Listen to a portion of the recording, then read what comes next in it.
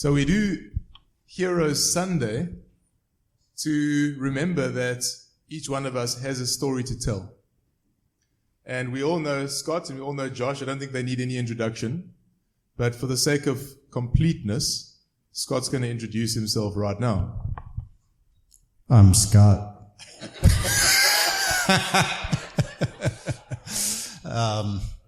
Yes, I'm Scott. I am blessed to be married to Yolanda, who could not be here today, unfortunately. We have 3 beautiful children. I have an American accent, but I have lived here for 20 years. South Africa is my home. I love East London. I love this place, and I'm an elder in this church and executive director for Land of the Living. We'll chat a bit about that today. Amen, brother. Josh? I am Joshua, originally from Ghana, a member of this church, and I am the rubbish collector.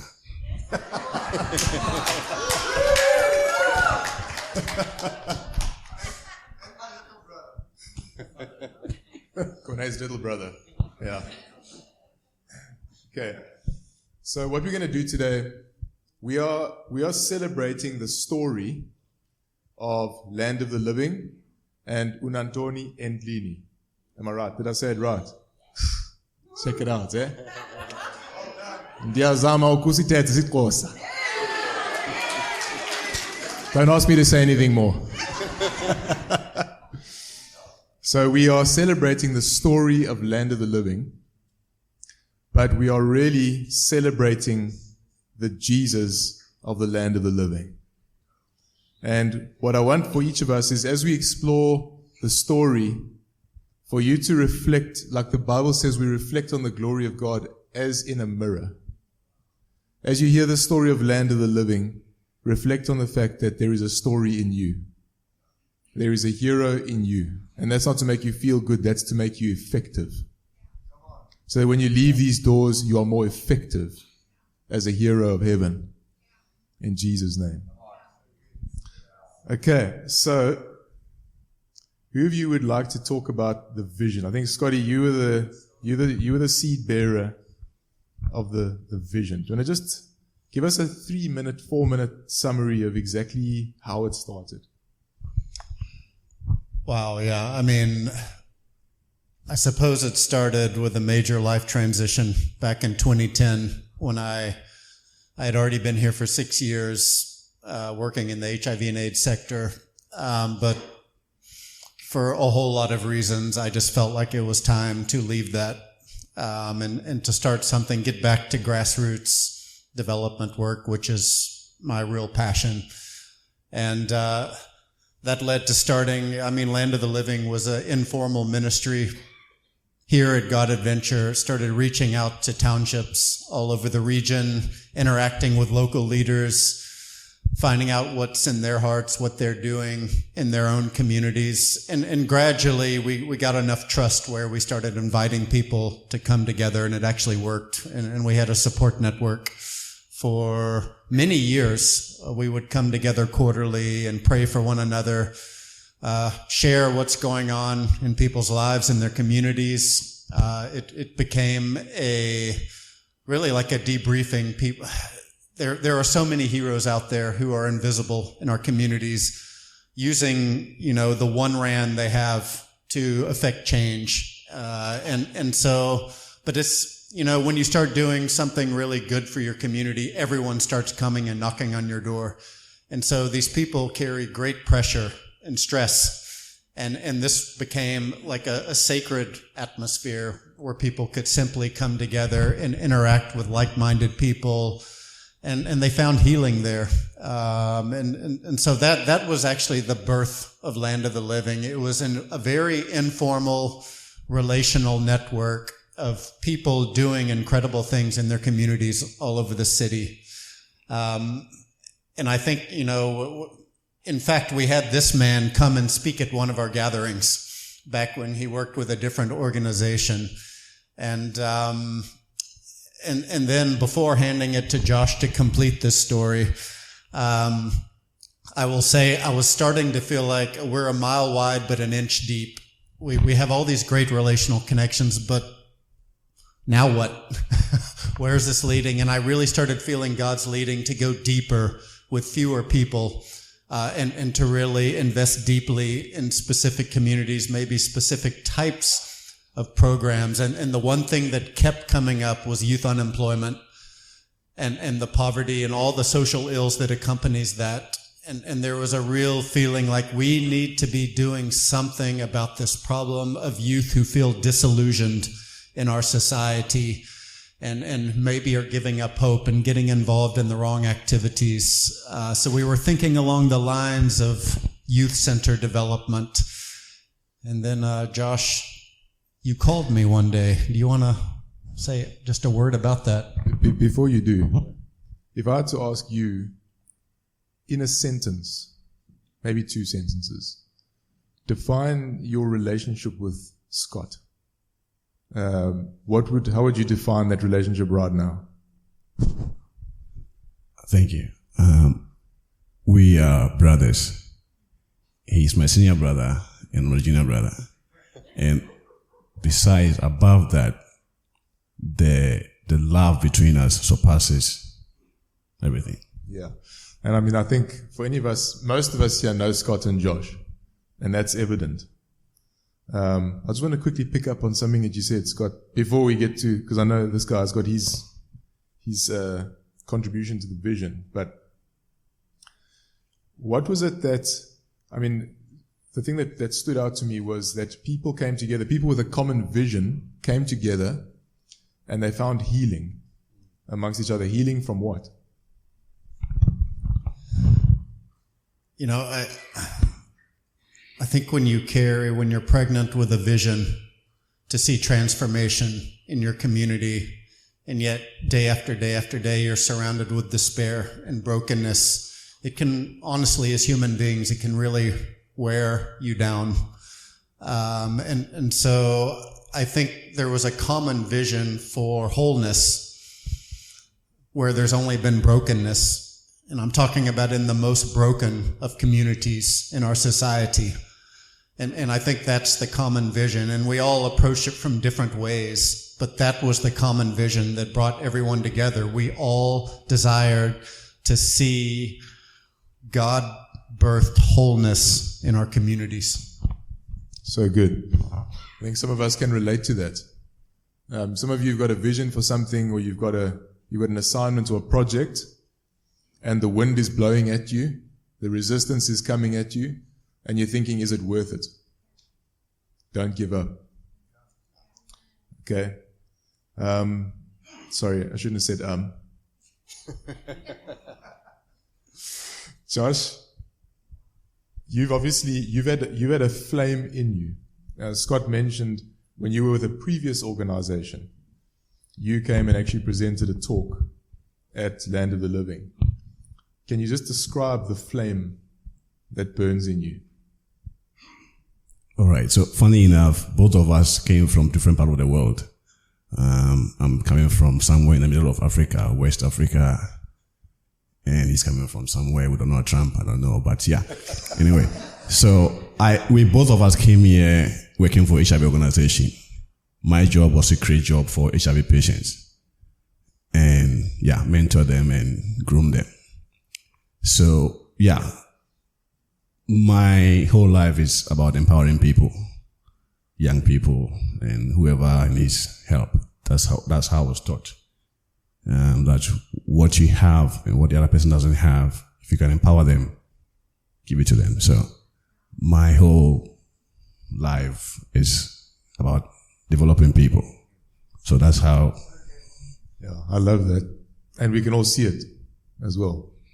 Not just that you look like a powerhouse, but we all get a feeling of that power when we see Josh just walking. But you mentioned you're a trash collector. How does that empower people?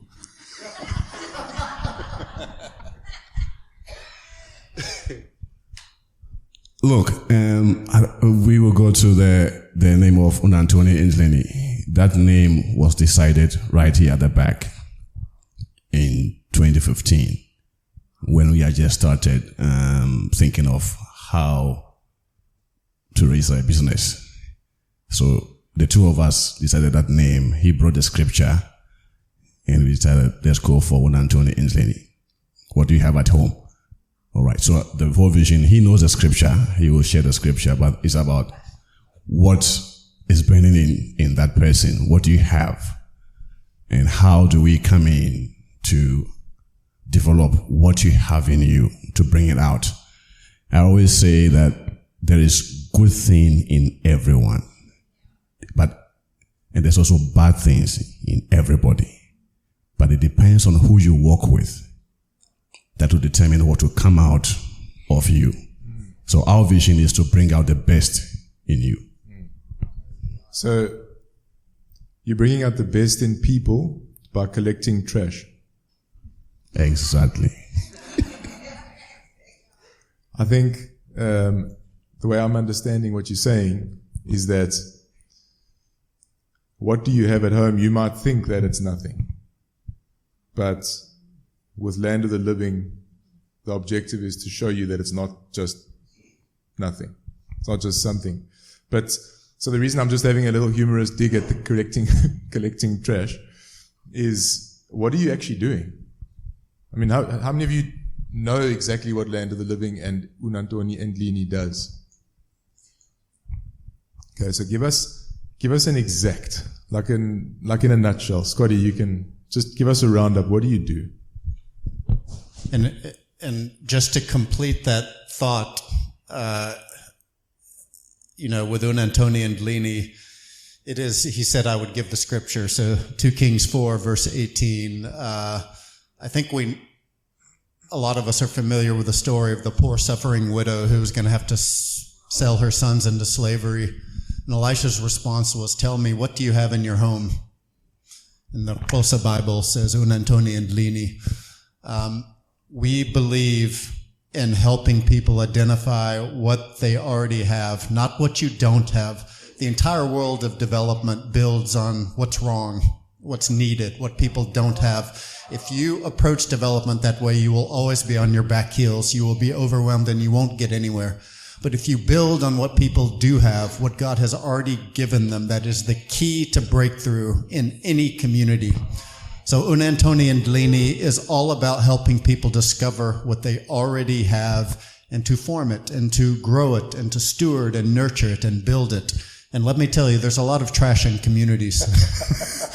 and so this actually, we didn't have this grand vision when we first started. Honestly, it felt like it was that big. But we had come to the painful reality that, man, we're trying to train youth to be entrepreneurs, but we're not really being entrepreneurial ourselves. We're walking around asking for donations. And there's nothing wrong with donations. It's a great way to get started. But we realize we need to start a business ourselves. We need to become entrepreneurs if we can train anyone to be entrepreneurs. And so that's how all of this was birthed. We birthed Unantoni and Lini Pty Limited. Land of the Living is actually the nonprofit organization that oversees all of it. So it's a blended structure. But essentially, we like to say we are clean, green, and seen. We clean the environment all over the city. We promote and practice green values. And in the midst of all of that, we help unemployed youth from marginalized communities to be seen, supported, and empowered as entrepreneurs. So it's recyclable waste collection and processing.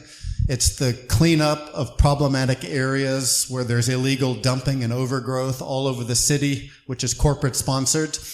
And then in the midst of all of this, we use it as an enabling platform for youth to find themselves, to find life purpose, and eventually to become entrepreneurs. We don't want to employ a whole bunch of people. We actually want to create job creators. I don't know. That's so good. Everybody say yo. I think that is a yo. Josh, you come across to me as someone who is like the implementation muscle of so much of the operation. So you're collecting trash, and then you're obviously doing something with that trash. Do you want to just discuss the process a little bit? Okay, so here's all your rubbish. This is how it works. So we come to your house, once a week, pick up your rubbish. Comes to our depot. There are young people there. And we have codes for every material. Like your cardboard, we say K4. Okay, so when they come to the depot first, we bring the people in. We need to train them to understand the codes of the recycling materials. Your white paper we call HL. Your cold drink bottle, you see there's number 1 underneath called PET. It's a PET. Your milk 2-liter bottle is a HD. And then your ice cream containers, number 5, that is polyprop. Okay. And we have your soft plastic, we have LD, we have LLD. So we need to teach them all those materials first to use the codes. Then they start sorting the materials into different categories. There's a big baling machine at the depot, which bales all the materials into cubes. And your K4 will weigh about between 400 to 500 kilograms. Right. So they have to sort all of that. When we get a quantity that will make the machine will make it full, or becomes full in the machine, then it goes into the machine. Then there are 2 guys baling. Have to press hydraulic machine, push it out, in, and bring it out. When it's full, they have to tie it and push it out. So all the material that comes, their job is to separate the materials into those codes. And we sell the material, baled materials to your bigger recycling mills. So some of your jerseys you are wearing are a plastic bottle. If you buy a jersey from China, whatever, it's a plastic bottle that you are wearing. The white and light blue plastic bottles makes jersey. Okay. And if you buy Jojo tank in your house, it's coming from your milk 2-liter bottle. So they pelletize, extrude, wash it, and then they make into a small pellet. And then the other companies will buy and make the product. So everything that is out there goes back into the mills and then comes back to the market again. So I think we can all agree that he's a little bit more than a trash collector. There's like a fair amount of science going on here, a fair amount of business acumen, fair amount of market knowledge, fair amount of linking trash to the formal market so that your jerseys are made out of milk bottles. So everyone just go, if there's ever a little bit of an odor, you can always just blame old clover. This was made out of old clover. Sorry, that joke went a bit sour. Yeah. It was supposed to be a lot fresher than that.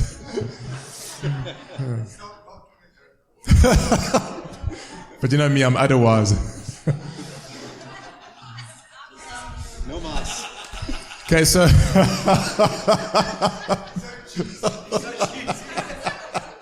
that was the cream of the crop. So what we're really talking about here is an organization that started with a fledgling vision to galvanize and strengthen people in a broken community that were looking to make a difference, realizing that the sustainability of this is a problem. How do we solve this problem of sustainability? Well, the one thing that we have lots and lots and lots of is junk.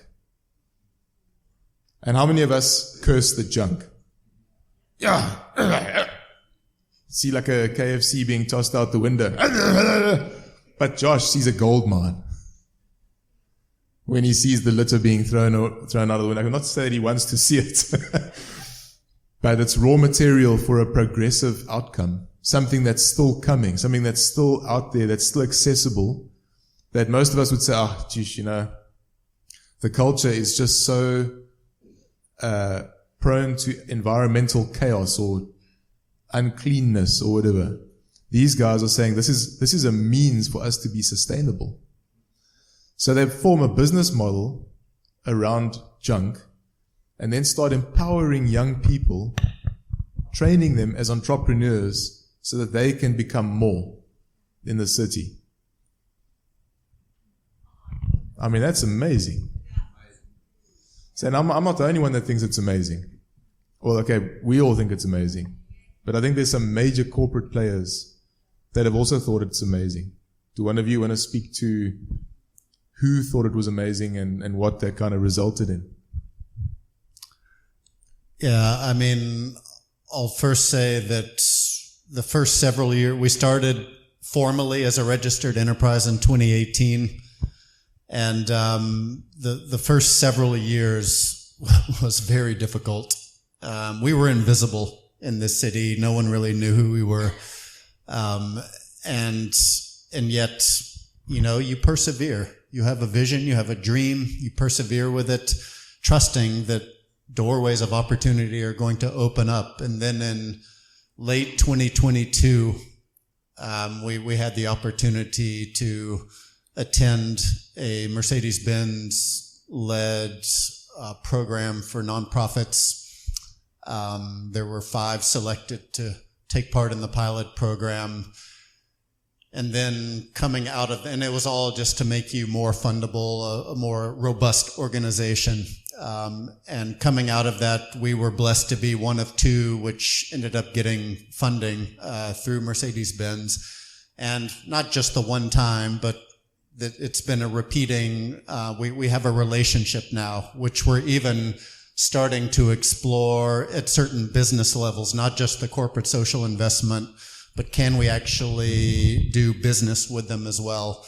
That in turn, eventually it put us on the map and people started raising their eyebrows and so who are these guys? And that in some way set the tone for eventually our being introduced to Airports Company South Africa, which is a more recent partnership, but they are the second major corporate partner, and that is slowly growing. It's quite an extraordinary opportunity. Right now we are training 7 young women from Orange Grove, the informal settlement right next to the airport, to be waste entrepreneurs. Not just waste. You start there and they can grow in whatever the way they want. I want to honor our brother Sabu. Where are you sitting? He's our trainer, by the way. True, he's on security, but amazing heart. He's doing all of the training of these youth every Friday. They are in the classroom at our depot being trained. It's a year-long program. They learn on the job and in the class. And the whole idea is to make them become entrepreneurs, so that they have a registered business that will sustain itself beyond the scope of the year. So what we're really saying is that a world-leading automotive manufacturer is partnering and investing into the vision, which started out with just let's bring the community together and let's strengthen them and encourage them and help them find healing in their mission. And now we've got AXA. Things are really taking off. They might have thought they were winging it at first. The vision is plain. Josh, that must mean that things are really, really easy for you guys now. Why is that funny? I mean, Scott said something about persevering, but I mean, obviously you persevered until Merck gave you the nod. And then AXA gave you the nod. Now, I mean, surely there's no persevering needed anymore. Yeah, I would love to think that way. I always tell Scott, every growth comes with a higher responsibility. And every time we've grown, the responsibility are high. And I blew money every Monday. And then it gets finished. And I call this guy. I need money. So, look, it doesn't get easy. I mean, a lot of business people here, and with the nature of our work we do, there's quite strain on our vehicles and all that. Because we start the engine in the morning, 8 o'clock, you switch it off at 5, sometimes 6. We used to work, when we started, we worked with our old Unantoni Ndini Baki. From 5 o'clock, I start picking up people from Gunubi, Cambridge, Scenery Park, to Arcadia. We start working in the townships. After work, 7 o'clock, I have to start dropping them, Scenery Park, Cambridge, Gunubi. That was for about 3 years. So we've had all these big corporate coming to support us, but that doesn't take away the challenge. The challenge is always going to be there. I don't know how much money you can make to get away from challenge. It's always going to be there. But it takes wisdom and understanding to keep on moving forward. Man, that's I just so think rich. if I can also jump in there, this is first and foremost a ministry. And when you run a social enterprise to try to solve a very complex societal problem through a successful business model, if your first priority is development of people, developing big people, we often say here, that's going to come with challenges, because you can't just say, oh, you got drunk, you didn't show up to work, you're out. What kind of ministry is that? That's not going to change anyone's life. It's just going to condemn, and it's going to be repeated. So when you are investing heavily in people's lives, and yet it's people who may not really have a strong work ethic or background to understand what all of this is about, you have to have the patience and just keep persevering, walking with them. Yes, they may need to be sent home, and this guy is good at sending people home when they need to be sent home, but they come back because they know that he loves them. Joshua gives his life for the youth in the city. And it may not always come out because, they're shouting and but this man has a teddy bear's heart, and he knows that is how you develop a sustainable enterprise. You invest in people, not in the product. The product is secondary. So good, man. Sure, man. So, are you able to share with us some of the things that are? Well, I just want to quickly lock in on something for all of us, and it's an important concept for me, and I'm sure it's an important concept for most of us here. It doesn't get easier; it just gets bigger. And so, when you're smaller, you think, well, if I can just get that big, then it'll be easy. But it doesn't work like that. Because, for any of us that have ever played any kind of TV game, bigger level. Here we go. Bigger levels, bigger devils. Because your influence is growing. So, if you look at it even at a spiritual level, I don't think that you guys are famous in the dark places. Maybe more like notorious, feared. Because they're bringing real change. There's going to be pushback. There's going to be resistance. There are going to be thorns and thistles along the way. So at the beginning, Scott said, we had to really persevere. Now they've got to a place of sustainability where they have got so much more so many more resources coming in. But with those resources, they've got to accomplish a commensurately or even exponentially larger outcome. So the challenge is even greater than it was before. But there's promotion in the midst of that.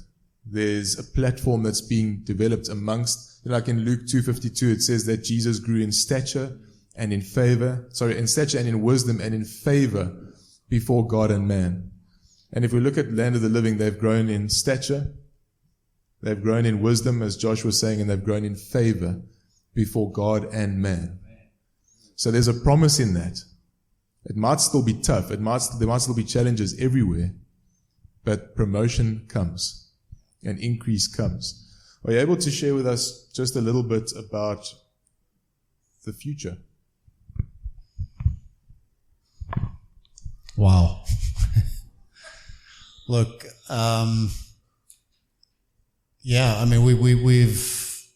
we're in a place, and this is spot on. The more you grow, the size of the problems grow. We're in this place where it's very precarious. We're very resource constrained because the demand on our services is far higher. But in the midst of that, we are looking for opportunities for continued growth. Not any growth. There's an automatic assumption in the world that all growth is good and everyone needs to grow. You need to grow, grow, grow, grow, grow. That can become cancer and it can destroy your organization. We're not just looking to blindly grow and to get bigger and bigger and employ more and more people, because we would actually lose our DNA if we did that. Our vision is to remain, in a sense, small, but with bigger and bigger influence. And how do we do that? We do that through stimulating young entrepreneurs and networking. We don't have to have the biggest of operations. There are far bigger recyclers in East London than we are. But this vision of going into the marginalized communities and identifying people, yes, to be trained using our platform, but eventually, hopefully, to be empowered to start their own. That is far more influence. And so we're trusting in geographic expansion. It's a very scary thing to think about, because some days it feels like, we're having all the trouble in the world just maintaining what we already have. But we do feel there are some potential opportunities where we could be expanding to other cities.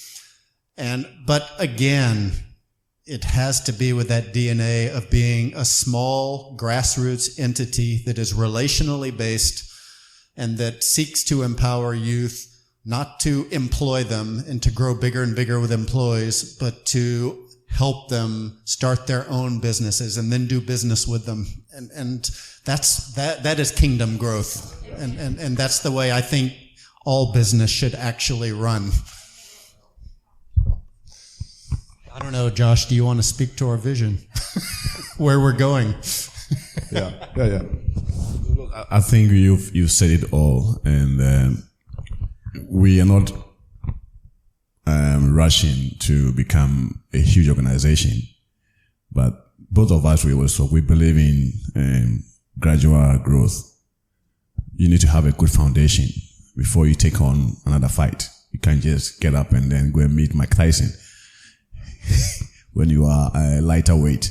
So it all boils down to wisdom, to see, is it right time for us to do this? And that's what we always do.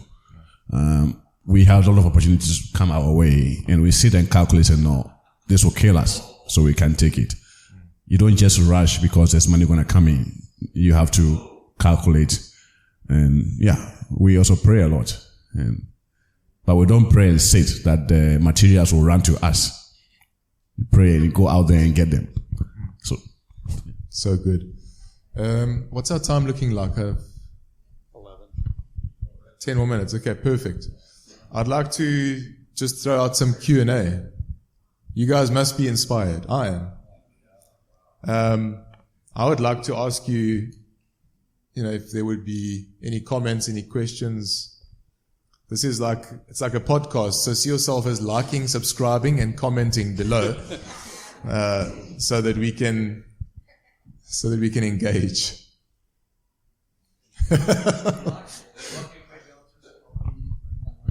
Oh, okay, good idea. Okay, we've got a roaming mic. Well, his name's Cornet, but...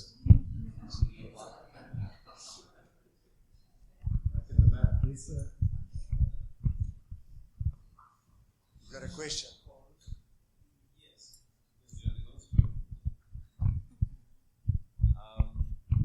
Good morning, everyone. How do we connect? How do we reach out to your organization? Well, for starters, I can give you my card after the service. But I usually, for people who want to connect with us, it depends on what level. If you're just looking for general information, you can start with me. When it's operational issues, if people want to look into getting involved with one of our projects or utilizing us for grass cutting and gardening services, Joshua's the operations man. But there's different levels of getting involved with us. I'll also say that Natalie, our own famous Natalie here, does the administrative work of maintaining our client database and does a fantastic job with that, because we have many hundred people who we are serving across the city now. So, but yes, I can give you my card afterward.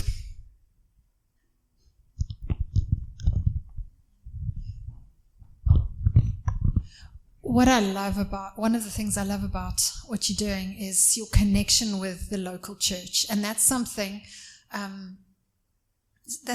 different with a lot of organizations. And I think for a lot of people who are dreaming about their own businesses and even ministries apart from the church, can you just speak into how being connected to the local church has really been, how the church has been part of the journey as well? Yeah, I mean, starting with God Adventure, this church you can't separate we may be our own entity now legally, but you cannot separate God Adventure from Land of the Living because it was birthed here. And honestly, in all of those years, I couldn't even tell where that ministry was leading. And I was always given the leeway just to go out and make relationships and see where this is leading. And I believe that's a role that the local church can always play in our society. The local church can't fund everything. That's impossible, nor is it meant to, but it can create conditions. And I believe that's our heart here at God Adventure. If you have a dream, okay, we might not be able to fund the whole thing, but we can create an enabling platform through our relational networks and other means of helping you in a very tangible way pursue that dream. I believe that is the role of the local church. Okay, why am I alive? What is my all-important why? What passions has God given me? Okay, now how can I live that out? Whether it's a ministry, whether it's a business, an organization. And that's not always an easy transition. And that's something we are also very passionate about, is helping people take their dream, their vision, and convert it into something very tangible and practical. And then starting to walk with you through that process. I believe the local church has an indispensable role in that because we are family and we are connected with one another. We are meant to surround one another and help one another out with our respective life journeys. That's definitely been the case. That's the only way Land of the Living is still here today. The seed was here. It was crystallized here, and it was allowed the time to grow and find its own way. And I believe any local church can serve that purpose.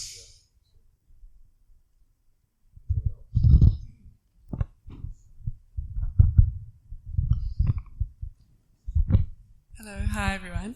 How do I ask this question? So we're all sitting here today, and I love my job. Like, I've come from a family of entrepreneurs, so I have like an entrepreneur background, but I have a deep God passion as well. What is the timing? What is the sacrifice? How do you encourage us? Do I just do my job till I'm 60, retire, and then start my God passion? I'm a new mom. Do I put my baby in my pouch, do my passion on Saturdays? Where's the burnout? Because I'm going to burn out very soon. How do we build it slowly? What is it? Tell us the answer, please.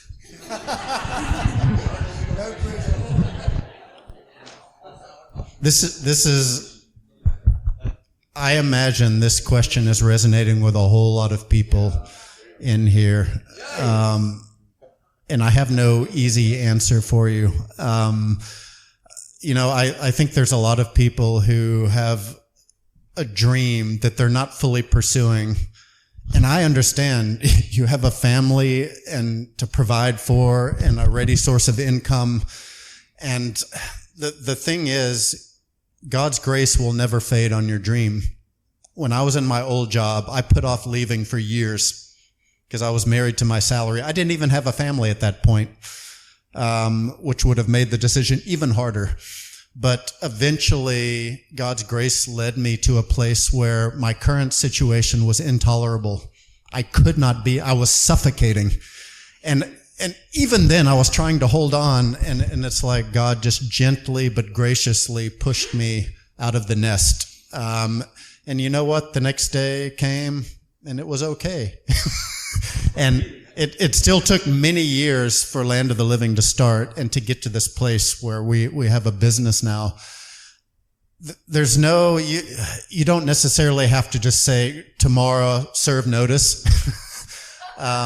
Some of you may feel like you need to, and even then God would, I believe, He will show you the way. In other cases, start, on a weekend, just start doing something toward that vision. Don't let the vision stagnate. If you're at least in a small way, whether on a daily or a weekly basis, doing something to grow that, and you're getting there, it's not going to die, and it's going to keep growing in your heart, and you will know when it's the right time, and when, if you surpass the right time and you're holding on out of fear, you will know. God's grace will make it evident to you. But ultimately, it is a giant act of courage, especially. But I'll also say we are married to our salaries and our jobs and the stability that brings. In this crazy world, nothing is stable. The only thing that is constant is change, and it is changing faster and faster and faster and faster. So really, relying on a job and a salary is no more or no less of a risk than starting your own thing, but it's more out of your control. I don't know, Josh. I remember years ago, when I was my previous organization, and I took the guys out, we're cutting grass, and it started raining. And black people, when we hear lightning and thunder and all that, and the guy comes to me and said, the supervisor, Theo, said, Mr. George, we were there by Cove Rock, and my office is here in Southernwood, and I'm there to cut the grass. And the guy says to me, Mr. George, we black people, when thunder and all that, we can't cut the grass because the weed eater is a steel. I said, well, so what are you going to do? We have to go home. I said, good. Are you going to walk, go home? We're going to sit in my bakkie. He said, we're going to sit in the bakkie. But I said, the bakkie is not wood. It's a steel. So we sit in the bakkie, we die. We cut the grass, we die. So let's cut the grass and die.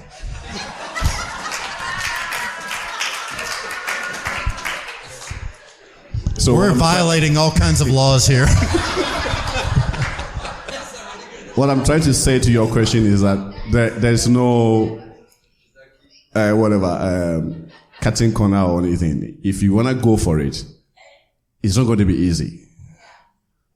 I'm not saying go and resign now, because you wait and see when you resign, and then I was in Crawfordnet, and then all your money is finished, and no one gives you money. But you have to wake up in the morning and go back to your so-called business to collect rubbish. Doesn't come easy, but you need to have the passion that I want to do this. So good. Okay, time is no longer on our side. I'm sure there's like a whole day's conference we could have with you guys. You are heroes. And the heroes in us are inspired by your heroism. Before we go, I have a confession to make. My household produces junk. And I'm very heavily dependent on the municipal trash collection service. What if I wanted Land of the Living to collect my trash? Would there be a fee involved? Would it, how does it work? I mean, is it too small for you? Do you only want big junk? No, there's no minimum junk production required. We very happily serve. In fact, our niche is residents and small businesses, not the big guys. Everyone else goes after them. We believe in a whole lot of a little. And if you are generating any trash, you can recycle. And you can go to our Facebook page and click join, and it will actually send you to our platform. I assume that works, Kevin, Natalie? Yeah, it's working. And you register there, tick off what you want to recycle. For general recycling, all plastics, cardboard, glass, paper, tins, etc., it's 140 Rand per month. and we will show up every week and collect. You don't have to do anything special. It can be mixed. We will collect it from you. And brand new, we now have a parallel food waste collection service. How many of you know that food waste ending up in the landfill is one of the worst things for our environment? It's for an extra 80 Rand per month, but we use a sealed bucket system where you can put all of your food waste. And we are not recycling the food waste ourselves. We collaborate with a local business who creates compost and animal feed and other things from it. So 140 Rand a month for general waste. And essentially people pay us to make recycling easy so they don't have to carry it across the city. That's the strength in what we bring. Okay, so I encourage you to go to the Land of the Living Facebook page and join now. Kevin and Natalie have confirmed it is working.